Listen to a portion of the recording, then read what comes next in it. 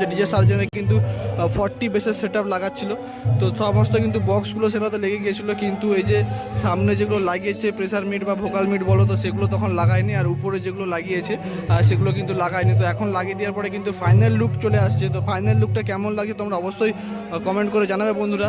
তো পেছন দিক থেকে কীরকম লাগছে সেটাও তোমাদেরকে দেখাবো যে পেছন দিক থেকে সেট আপটা কীরকম লাগছে বন্ধুরা।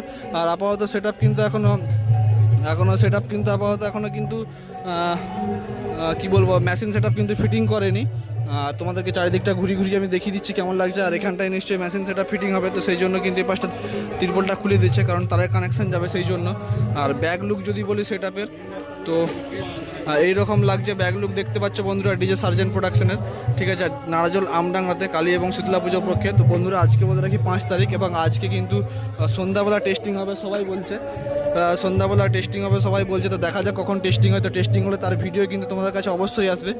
আর বন্ধুরা 6 তারিখ 7 তারিখ এবং 8 তারিখ কিন্তু সেট আপটা কিন্তু বসেই বাজবে, কোনো রকম রানিং রোড শো হবে না, তো সেট আপটা বসেই বাজবে। তো এত বড় সেট আপটা বসে বাজবে, তোমরা দেখতে পাচ্ছ যে সেট আপটা লুক কীরকম লাগছে অবশ্যই কমেন্ট করে জানাবে বন্ধুরা।